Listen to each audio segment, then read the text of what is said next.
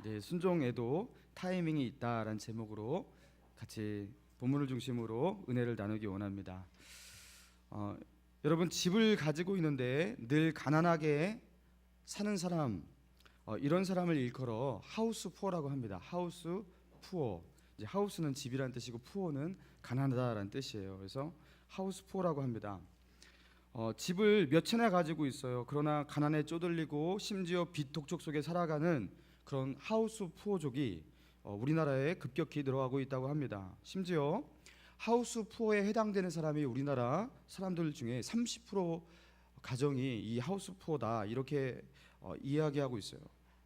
여러분, 우리나라에 왜 이렇게 집이 있어요? 자기 집이 있는데 왜 가난할까요? 그런 사람이 왜 많아졌을까요? 이거는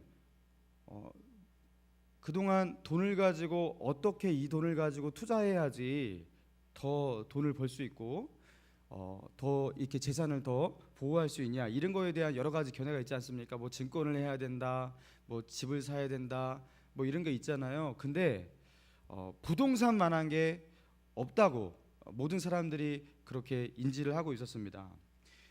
우리나라의 부동산 이 경기는 절대로 침체하지 않을 것 같이 그렇게 계속해서 오르막을 달리고 있었습니다.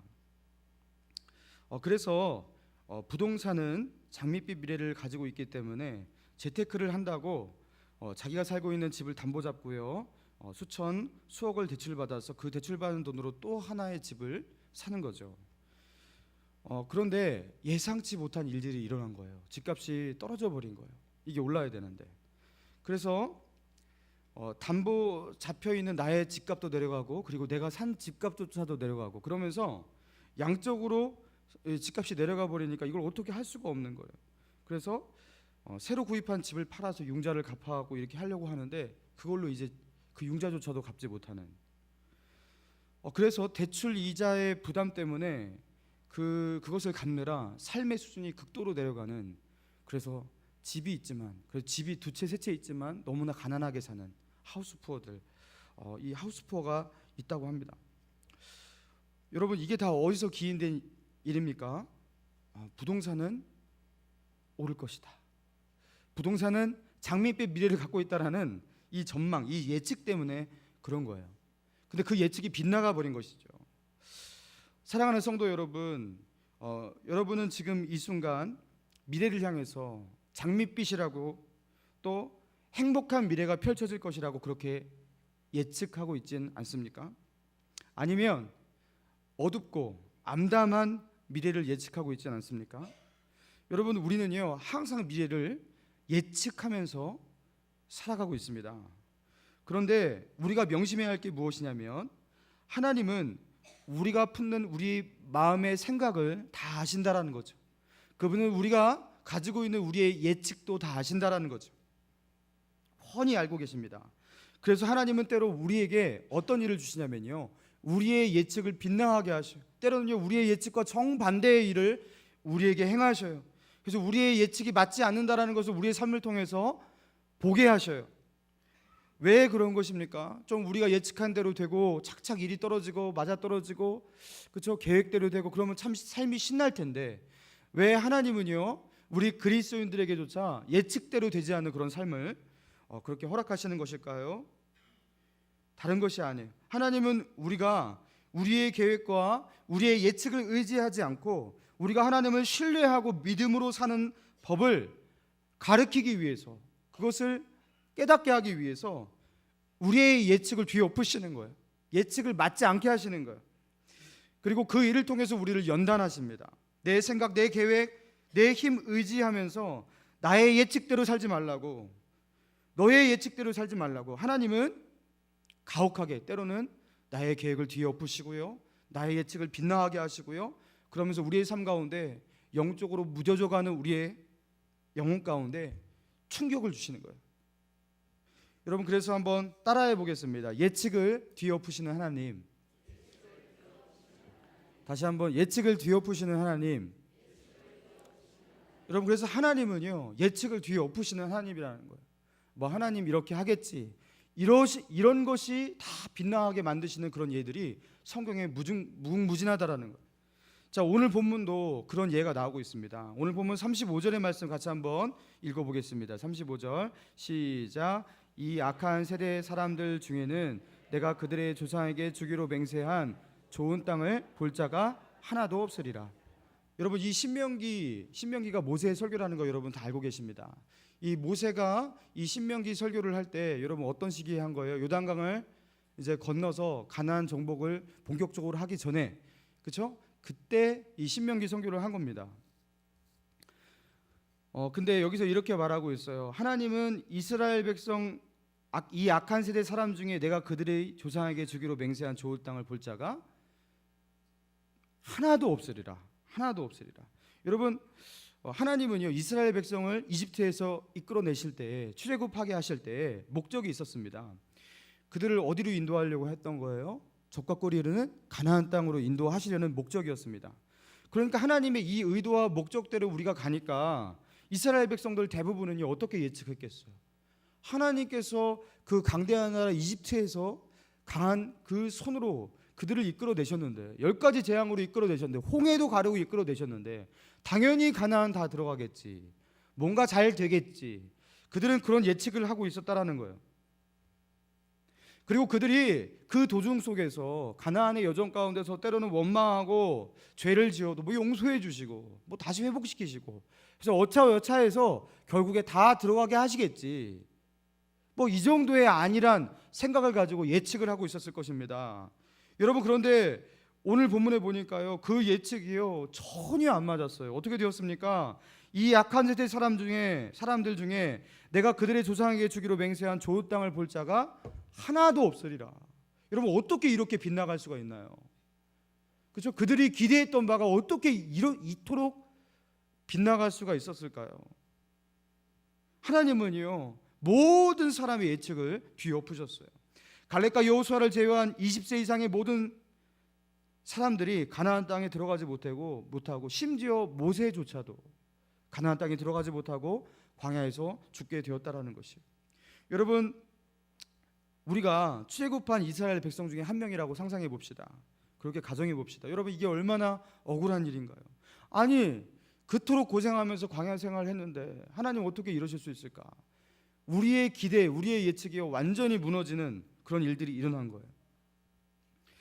그들이 하나님 앞에 품었던 불신과 원망이 이렇게 큰 결과를 초래할 줄이야 아무도 예측하지 못했던 그런 엄청난 저주가 그들 앞에 펼쳐진 것입니다.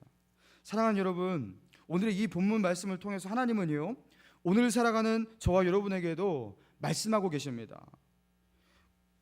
어떻게 말씀하고 있는 걸까요? 우리도 우리의 인생 가운데 이렇게 예측을 뒤엎는, 우리의 기대와 전혀 다른 그런 일들이 우리 앞에 펼쳐질 수 있다라는 것. 이런 이스라엘 백성의 모습과 같이 우리도 그렇게 될 수 있으니까 어떻게 하라는 거예요? 영적인 긴장을 늦추지 말고 하나님을 붙들고 살아야 한다라는 거예요. 안일하게 절대로 살면 안 된다라는 것입니다. 여러분, 구약 성경에 그 사무엘서의 사무엘 선지자, 그 사무엘 선지자가 얼마나 대단한 영성가였습니까? 얼마나 대단한 선지자였습니까? 그 사무엘이 이제 하나님께서 명령하셔서요 왕을 이제 세우려고 이스라엘의 1대 왕을 세우기 위해서 이스라엘 왕을 이렇게 찾아 나서잖아요. 그러면서 다윗의 아버지 그 이새의 집에 가서 그 이새의 아들들을 이렇게 불러오라고 하지 않습니까? 그런데 거기서 그 처다들인 그 엘리압을 보자마자 그 사무엘이, 그 영성 있고 영적 통찰력을 가지고 있는 그 사무엘이 감동을 합니다. 그리고 성경에 이렇게 기록되어 있어요. 사무엘이 엘리압을 보고 마음에 이르기를 여호와의 기름 부으실 자가 과연 여기 있도다. 확신했어요. 이놈이구나. 사무엘이라는 그 영적 거장, 그렇죠? 그 대단한 사람도요 확신했어요. 이놈이구나. 엘리압에게서 풍겨나오는 그 포스는요 이스라엘의 차기 왕다운 그런 외모가 그에게 풍겨나왔고요, 그 분위기는요 정말 왕이 될 사람 같았습니다. 그런데 이 사무엘의 예측을 완전 뒤엎는 하나님의 말씀이 있죠. 여러분, 우리가 잘 아는 말씀입니다. 하나님이 이렇게 말씀하셔요. 사무엘에게 그의 용모와 키를 보지 말라. 내가 이미 그를 버렸노라. 내가 보는 것은 사람과 같지 아니하니 사람은 외모를 보거니와 나 여호와는 중심을 보느니라 하시더라. 할렐루야. 여러분 사무엘은요 대단한 영적인 사람이었지만 그가 가지고 있는 그의 판단과 그의 예측조차도 하나님 앞에 막 뒤엎어졌어요. 하나님 앞에 깨어서 자기의 온 인생과 모든 시간들을 하나님 앞에 사는 사무엘이었지만 그의 예측도 뒤엎어졌습니다. 그리고 그의 아버지 이새도요 설마 그렇죠? 설마 자기의 막내 아들이 정말 차기 왕이 될 것인가? 이 예측을 절대로 하지 못했어요. 근데 결국은 모든 사람의 예측을 뒤엎는 그렇죠? 그 양을 치고 있었던 그 막내 아들 다윗이 하나님이 선택한 사람이었다라는 거예요. 여러분 우리의 예측은요 이렇게 안 맞습니다. 여러분 룻기를 봅시다. 룻은요 모압 사람이었습니다. 그리고 이방 여인이었어요. 그런데 그 모압 땅으로 이사 온 그 나오미의 아들, 그 아들과 이 룻이 결혼을 하지 않습니까? 그리고 결혼을 한 지 얼마 되지 않았어요. 신혼이었습니다. 아직 아기조차 낳지 않았습니다. 그런데 어떻게 됐어요? 남편이 죽어버렸어요. 그래서 그뿐만 아니라 동서의 남편도 죽었어요. 그리고 시아버지도 죽었어요. 그래서 세 여자만 남게 된 거예요. 룻, 그리고 룻의 동서 오르바, 그리고 시어머니인 나오미. 이렇게 세 여자밖에 남지 않게 된 거예요. 여러분 이럴 때 한마디로 이렇게 망하게 된 거 아닙니까? 완전히 결혼을 하고 이제 새 출발하려고 하는데 시작부터 망한 거예요. 여러분 이럴 때 제대로 해보려고 새 출발을 하려고 했는데 시작부터 망하게 되었을 때 여러분 이때 조금 더 나은 미래를 위해서 이것을 복구하기 위해서 룻은 어떤 선택을 해야 좋은 선택이었을까요? 지금까지 했던 모든 일들 다 없었던 일을 하고요 다시 원점으로 돌아가면 돼요. 어떻게 하면 돼요? 다시 모압 땅으로 돌아가면 됩니다. 결혼한 지 얼마 되지 않았어요. 시집간 지 얼마 되지 않았어요. 그리고 아이도 낳지 않았어요. 그 다시 고국으로 돌아가서 나 사실 처녀예요 이렇게 말해도 사람들이 그렇게 믿을지도 몰라요. 여러분 그러면 다시 자기 고국 모압 땅으로 돌아가면 되는 거예요. 근데 이 모압 여인 룻이 어떻게 했습니까? 시어머니 룻을 따라가기로 결정을 합니다. 자기의 동서 그렇죠? 그 오르바는요 모압 땅으로 가기로 결정했어요. 자기 고향을 찾아갑니다. 근데 룻은요 끝까지 시어머니와 같이 이스라엘 땅 그 베들레헴으로 가는 거예요. 근데 룻은요 시어머니와 같이 가면요 거기서 어떤 취급을 받습니까? 이거 당연히 이건 처녀가 아니잖아요. 그죠? 과부인 거 다 알잖아요. 거기다가 이스라엘 혈통도 아닙니다. 이거 이방 여인이에요. 근데 이방 여인도 이스라엘 백성들이 가장 증오하는 모압이에요. 모압. 암몬과 모압은요 이스라엘 총회에 들어올 수 없다고 했던 그 모압 여인인 거예요. 그 이스라엘 백성들이 증오하는 모압 여인이 그 이스라엘 땅에 가서 새 출발하겠다고 하는 거 이게 얼마나 터무니없는 선택이냐는 것이죠. 잘 될 가능성이 없는 여자입니다. 이 여자는 절대로 밝은 미래가 펼쳐질 수가 없어요. 지금 이 상황만 보면요. 여러분 그런데 하나님께서 어떤 반전을 일으키십니까? 그 룻이 이스라엘로 돌아왔는데요 하나님께서요 은혜를 주시기 시작하는데 어떤 은혜를 주시냐면 룻에 대한 좋은 소문을 퍼뜨리시는데 룻은 지조와 절개 있는 여인이고 의리 있는 여인이고 그래서 자기 시어머니를 따라 그 의리를 지키고 이 땅까지 왔고 하면서 그는 현숙한 여인이라는 그런 소문이 막 퍼지기 시작합니다. 그래서 그 당시 그 지역에 유력한 사람이었던 그 보아스의 눈에 이 룻 여인이 딱 들어오게 되었어요. 그리고 하나님께서 그 둘을요 드라마틱하게 엮기 시작하는데 마침 그때 보리 추수 때가 되었고 마침 그때 보아스가 왔고 마침 그때 이런 식으로 하면서 하나님께서 막 기적을 행하시는데 보아스와 막 엮어버리시는 거예요. 그러면서 여러분 잘 아듯이요 보아스와 결혼을 했잖아요. 아이를 낳습니다. 누굴 낳습니까? 오벳을 낳습니다. 오벳을 낳았어요. 아들 오벳이 누굴 낳아요? 이새를 낳죠. 이새가 누굴 낳아요? 다윗을 낳아요. 그리고 다윗의 혈통에서 그리스도가 태어납니다. 그러면서 이 룻은 예수 그리스도의 족복 가운데 있는 어머니가 됩니다. 하나님이 이 룻의 사건을 통해서 우리에게 뭘 말씀하시는 거죠? 사람의 예측, 우리의 상식을 완전히 뒤엎으시고 일하시는 그 하나님의 역사를 우리에게 보여주고 계시는 거예요. 정말 안 돼야 되는데 이상하게 잘 돼버리는, 정말로 망할 수밖에 없는데 이상하게 축복되는 여러분 그런 일들을 우리에게 보여주고 계십니다. 여러분 그래서 우리가 예측하는 그 일보다 더 중요한 일이 있습니다. 여러분 그것이 무엇입니까? 하나님을 믿는 거예요. 우리가 미래를 향해서 계획하고 판단하고 예측하고 치밀하게 계산하고 이것보다 이게 안 중요하진 않아요. 그렇지만 그것보다 훨씬 더 중요한 게 있어요. 여러분 그게 무엇입니까? 하나님을 신뢰하는 것입니다. 할렐루야. 우리가 세운 치밀한 계획보다 더 중요한 거, 여러분, 그거는요, 하나님을 신뢰하는 거예요. 하나님은 우리에게 믿음을 가르치시기 위해서, 믿음대로 사는 법을 가르치기 위해서 우리 예측을 뒤엎으십니다. 내 예측대로 되지 않게 하셔. 그래서 나의 계획 의지하지 말라고, 너 믿음으로 사는 것, 믿음으로 사는 법을 마스터해야 돼 하면서 우리에게 가르쳐 주십니다. 사랑하는 신일의 성도 여러분, 나의 예측이 뒤엎일 때, 나의 예측이 맞지 않을 때, 그때 하나님 원망하지 마시고요, 그때 겸손하게 믿음으로 사는 법을 배우셔야 합니다. 주님은 우리의 예측을 뒤엎으시면서 네 예측대로 안 됐지, 잘 됐다, 쌤통이다, 이렇게 말씀하시지 않으세요. 주님은 우리에게 말씀하시는 거예요. 자, 봤지? 안 되지? 너의 힘 의지하니까 안 되지? 너의 머리 의지하니까 안 되지? 그러니까 너의 계획 신뢰하지 말고 나의 계획을 믿는 사람이 되어라. 너의 생각과 판단보다 나의 약속을 붙잡는 사람이 되어라. 그렇게 말씀하시는 줄로 믿습니다. 이게 첫 번째 대지고요. 우리 두 번째 대지가 있습니다. 따라해 보실까요? 순종에도 타이밍이 있다. 네, 오늘 설교 제목이죠. 순종에도 타이밍이 있습니다. 여러분, 순종에는 타이밍이 있는데요, 타이밍을 잃은 순종은 어떻게 보면 이 잘못된 말이에요. 타이밍을 잃은 순종은 불순종이기 때문입니다. 성경을 보면 하나님이 우리가 순종함에 있어서 타이밍이 얼마나 중요한지, 얼마나 중요하게 순종의 타이밍을 맞추는 것을 얼마나 중요하게 생각하시는지 성경에 나와 있습니다.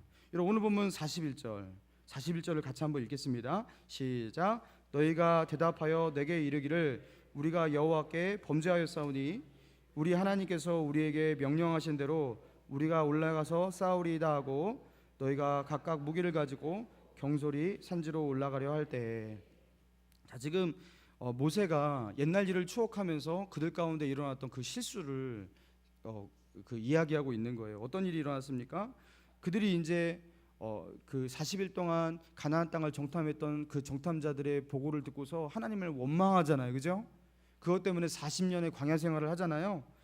여러분, 그런데 이들이 하나님께서 그렇게 진노하시고 40년의 그 형벌을 내리실 때에 어떻게 했냐면 뒤늦게 회개를 했어요. 우리가 잘못했습니다. 우리가 여호와께 범죄했습니다. 자기의 죄를 자백도 했습니다. 그리고 심지어 자기의 행동을 뜯어 고치는 어떤 그런 모습도 보였어요. 여기 보니까 어떻게 나옵니까? 41절에 우리 하나님께서 우리에게 명령하신 대로 우리가 올라가서 싸우리다 하고 어떻게 했어요? 각각 무기를 가지고 산지로 올라갔어. 그러니까 가나안 백성은 뭐 안악자손이고 그들 앞에 우리는 메뚜기니까 우리 다시 이집트로 돌아갑시다, 막 이랬던 사람들이 아닙니다, 우리가 잘못했습니다 하면서 다시 싸우겠습니다 하면서 무기를 들고 싸우러 정말로 나갔다니까요. 여러분, 그러면 얘네들 회개를 잘 했고 그래서 다시 하나님께서 저주하신 것 이제 없던 걸로 하고 이렇게 할 법도 한데, 여러분, 그렇게 안 했어요. 하나님께서 왜인지 아십니까? 이 타이밍을 잃은 순종이 있기 때문에 그런 거예요. 하나님은 어떻게 말씀하시냐면 42절 읽겠습니다. 시작. 여호와께서 내게 이르시되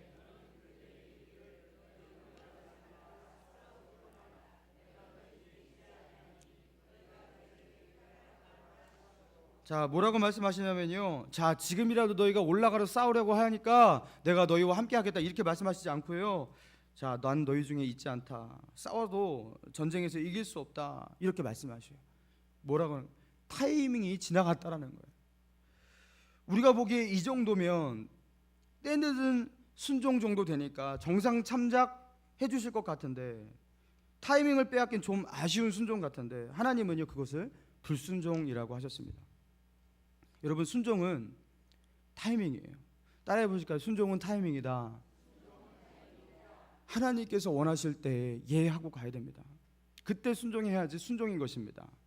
우리는 하나님께 종종 이렇게 말해요. 이 다음에 하겠습니다. 제가 안 한다는 게 아닙니다. 이 다음에 하겠습니다. 좀 이따 하겠습니다. 나중에 하겠습니다. 여유될 때 하겠습니다. 그때는 하겠습니다 하면서 조건을 다는데요, 이게 바로 타이밍을 잃은 순종, 곧 불순종이라는 것이에요. 이거는 적당한 순종이 아니라 하나님은 철저한 불순종이라고 말씀하고 있습니다. 지금은 불순종하면서 미래의 순종을 약속하는 것은요, 하나님을 기만하고 하나님을 조롱하는 것이에요. 그래서 하나님은요, 그런 사람과 함께하지 않는다고 하셨어요. 여러분, 순종은요 타이밍이에요. 타이밍. 제 신혼 때 이야기인데요, 저는 부부싸움을 하잖아요. 보통 제가 다 잘못합니다. 보통 남자가 다 잘못하잖아요, 그죠? 근데 가끔 가다가 열에 하나, 백에 하나 아내가 잘못될 때도 있지 않습니까? 근데 저는요, 아내에게 다른 것을 구하지 않습니다. 잘못했다라는 말 한마디만 구해요. 다른 어떤 것도 구하지 않습니다. 그냥 내가 미안하다, 잘못했다, 이 말만 한마디만 하면 돼요. 그런데 제 아내는요, 미안하다는 말을 그렇게 하기 힘들어 하더라고요. 잘못했다 이 말을 하기 힘들어 하더라고요. 그래서 때로는 저한테 미안함을 느낄 때, 그때 어떻게 하냐면요, 이렇게 사과하고 싶을 때 어떻게 하냐면요, 사과를 갑자기 깎아요. 그래서 사과를 잘 쪼개다가 그것을 제 책상 옆에 살포시 놓고 사과를 먹으라고 합니다. 그럼 제가 사과를 받아줄 것 같잖아요. 근데 저는요, 그런 사과를 못 받아줘요. 저는 분명하게 잘못했다라는 그 말이 훨씬 중요해요. 뭐 어깨를 주물러주고 포옹하고 그런 것도 저는 싫어요. 근데 하기 싫어요, 이상하게. 그리고 무조건 그냥 미안하다 그 말만 하면 돼요. 내가 잘못됐다 입으로 시인하는 게 저는 훨씬 중요하거든요. 근데 그 말을 잘 안 하는 거예요. 그래서 제가요, 심기가 더 불편해지고 그저 마음이 더 상해질 때, 그때 뒤늦게 미안하다 그래요. 그땐 미안하다고 하면 더 화가 나요. 왜 화가 나요? 너무 늦었어요. 저는 너무 이게요, 그쵸? 너무 늦었어요. 진작 좀 하지. 제가 원한 게 그게 아닌데. 지금은 제 아내가 제가 원하는 방식을 잘 알기 때문에 저에게 잘 합니다. 근데 이렇게 서로가 원하는 타이밍을 맞춰가는 거, 여러분 이게 쉽지만은 않은 일이었습니다. 여러분, 인간관계에 그 타이밍이 얼마나 중요합니까? 우리가 어떤 시간에 어떻게 말을 하느냐, 그 타이밍이 얼마나 중요합니까? 미안할 때, 미안하다고 말해야 될 때 잘못했습니다, 미안합니다 말하는 타이밍이 중요합니다. 감사하다고 말해야 될 때 감사의 타이밍 놓치면 안 되잖아요. 여러분, 그래서 잠언 25장 11절에 이렇게 말하고 있어요. 우리 같이 한번 읽어볼까요? 시작. 경우에 합당한 말은 아로새긴 쟁반의 금사관이라. 여러분, 경우에 합당한 말은 아로새긴 은쟁반의 금사관이랬어요. 여러분, 경우에 합당한 말이란 무슨 뜻일까요? 이 다른 게 아닙니다. 적절한 타이밍에 들어가는 적절한 말이, 그렇죠? 금쟁반의 은사와 같은 그런 말이에요. 은쟁반에 예, 은쟁반에 아로새긴 은쟁반의 금사가 맞습니까? 예. 여러분, 타이밍이 가치를 만드는 거예요. 타이밍이 힘을 만드는 거예요. 여러분, 우리 신앙과 우리 순종에도요, 이 타이밍이 가치를 만듭니다. 하나님께서 원하실 때 네 하는 그 타이밍이에요. 회개를 해도 타이밍에 맞게 회개해야 합니다. 회개하기에 가장 좋은 타이밍이 언제입니까? 회개하기에 가장 좋은 타이밍은요, 지금 이 순간 그 즉시입니다. 절대로 이것을 뒤로 미뤄서는 안 되는 거예요. 회개를 뒤로 미루는 것은요, 타이밍을 점점 빼앗기는 미련한 것이에요. 그래서 시편 7편 12절에 이렇게 말하고 있습니다. 읽겠습니다. 시작. 사람이 회개하지 아니하면 그가 그의 칼을 가르시며 그의 활을 이미 당겨 예비하셨도다. 여러분, 회개를 미루는 것은요, 타이밍을 이미 다 놓치고 있다라는 것이에요. 하나님께서 어떻게 하신다고요? 칼을 가시고요, 그 활을 이미 당기어 놓고 계신대요. 그리고 신명기 23장 21절입니다. 읽겠습니다. 시작. 내 하나님 여호와께 서원하거든 갚기를 더디하지 말라. 내 하나님 여호와께서 반드시 그것을 내게 요구하시리니 더디면 그것이 내게 죄가 될 것이라. 여러분, 하나님께 약속한 것, 순종하기로 한 것, 여러분 이거는요 더디 이루면 안 돼요. 여러분, 이거는요 타이밍이 중요한 거예요. 하나님 앞에 서운한 것, 다짐한 것, 약속한 것, 그거 빨리 이행하라고 말씀하십니다. 하나님은 영적으로 우리 영적인 액션이 더딘 것 안 좋아하셔요. 다른 것은 다 굼뜨고 더디더라도 영적인 반응만큼은 빠르게 반응할 수 있는 저와 여러분 되길 바랍니다. 여러분 말씀을 맺기 원하는데요. 이제 본격적으로 여름 휴가철이 왔습니다. 정말 우리의 상태가, 우리의 영혼이 바캉스를 즐길 만한 그런 타이밍이 맞는지 한번 생각해 봐야 합니다. 여러분, 우리가 왜 지쳐 있을까요? 우리에게 왜 힘이 없을까요?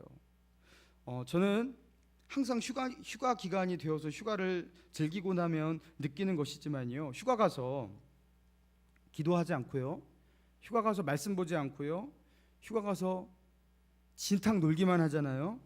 그러면요, 자고 먹고 놀고 그렇게 하잖아요. 여러분, 충전이 전혀 되지 않는 것을 항상 느낍니다. 충전은커녕 정말 마음이 눌리고요, 메마르게 되는 최악의 휴가를 경험하고 주님 하면서 이렇게 주께 다시 이렇게 주말에 오는 거예요. 여러분, 그래서 우리가 어디를 가든지 그것이 놀러 가는 곳이더라도 그곳에서 우리는 주님의 손을 놓지 말아야 합니다.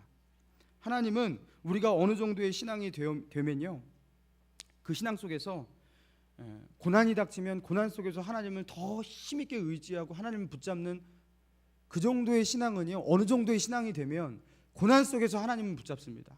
여러분, 그런데 정말로 힘든 게 무엇입니까? 잘 풀리고 즐겁고 행복하고 여유 있고 그럴 때조차도 하나님을 절박하게 찾고 붙들고 의지하는 사람, 여러분, 이거는요 아무나 못하는 거예요. 그렇죠? 이럴 때는요 많은 사람들이 쓰러집니다. 여러분, 그래서요 정말로 위기의 순간은 언제입니까? 여러분, 우리에게 여유가 있는 시간이에요. 우리가 즐기는 시간이에요. 여러분, 그래서 우리가 이렇게 다짐했으면 좋겠어요. 큐티하고 기도하지 않으면 바닷속에 들어가지 말고 계곡에 발도 담그지 말자.